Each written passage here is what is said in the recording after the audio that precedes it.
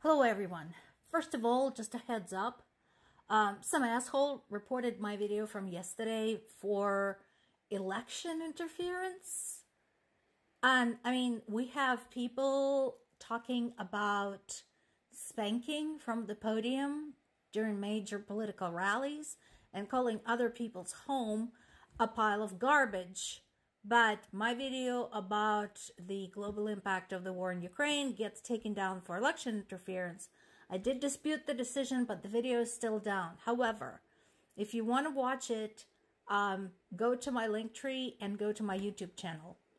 Because I repost everything I post here on my YouTube channel exactly for such instances.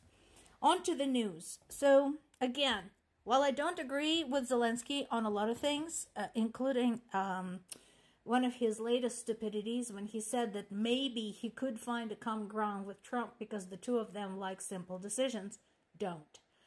Here I agree with him. The involvement of North Korea in Russia's invasion of Ukraine is beyond Ukraine's capacity to control. Ukraine can't do anything about this. They're fighting a war. They're a little bit busy just now. So he did once again raise the question of preliminary strike, preemptive strikes by Ukrainian forces on camps where the North Korean troops are held.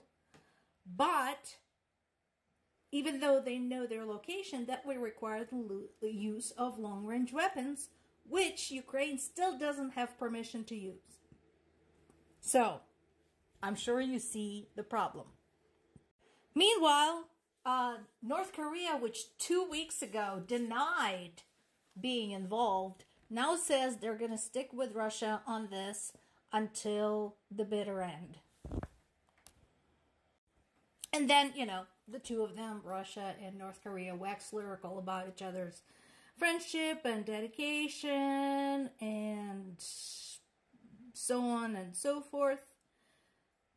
So, once again, I know I'm not the first one to point that out, but for all the boasting that, you know, the troops being sent to Ukraine are elite and highly trained and so on and so forth, there is a difference when you send them from home directly into the battlefield.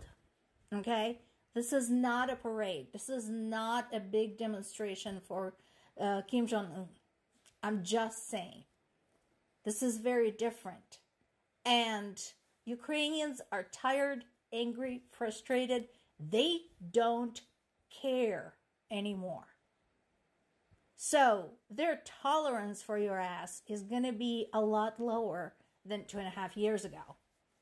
Just saying. Now, look at that second paragraph there about China. Remember I said that going to China, asking for help in this was completely pointless? Case in point. Basically, China did exactly as expected and said, well, this is none of our business. So they have no problem helping Russia with this. That's when they choose to interfere. But when it comes to possibly destabilizing the region by involving one of their neighbors, China's like, nope, got nothing to do with it. They're both big kids. Let them sort it out themselves. I am not going to do anything. And like I said, not surprised at all. I'm just wondering what the expectations were when they went to China to ask for help. What did they think was going to happen? Honestly. There is some analysis about why Ukrainian troops in Russia might have slight advantage over Ukrainian troops fighting in Ukraine. So, I think to summarize what they're basically saying is it's the lack of pressure. They don't have to go forward. They just have to hold position. And if they do have to retreat, they're still in Russia. They're still in enemy territory. They're still holding some of it under control. So that is a lot different from, fighting for every foot of land on your own soil. Plus, just the fact that they're present in Russia is achievement enough. They don't necessarily have to capture and or control any important tactical or strategic object. So there's that, which of course changes the dynamic for the participating troops. And then we have another piece talking about Russians in Russia. So this is interesting. I suggest you guys look it up. This is an interesting piece. So what is this all about? This guy, who was a Russian citizen, just one of many, working at the U.S. consulate, was arrested and accused of gathering information about the war in Ukraine. Now, the consulate itself was located nowhere central. It was located in Vladivostok. That's incidentally a far eastern city through which North Korean troops were traveling on the way to the Ukrainian front. So pull that up. It's like all the way over on the other end of the country. And whether there is any merit to the accusations that he was gathering information about what they're still calling specially military operation, which is actually an invasion, it remains to be seen. We already know that a lot of these accusations, arrests, trials, etc. have been absolutely bogus, just to deal with the undesirable people and as a show of oppression and the show of force.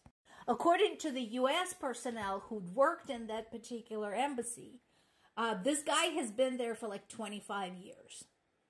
And this particular consulate was closed in 2020 due to two things. One, because of the pandemic. Two, because the tensions between the U.S. and Russia were already running high at the time. So, but I don't know what this guy did or said. In what way he defied his authorities that they decided after 25 years to deem him unreliable and sentence him to years in prison. Once again, we are not going to know. We're not going to know what the trial went like. We're not going to know what evidence there was against him. And we're not going to know what he confessed to, very likely under torture.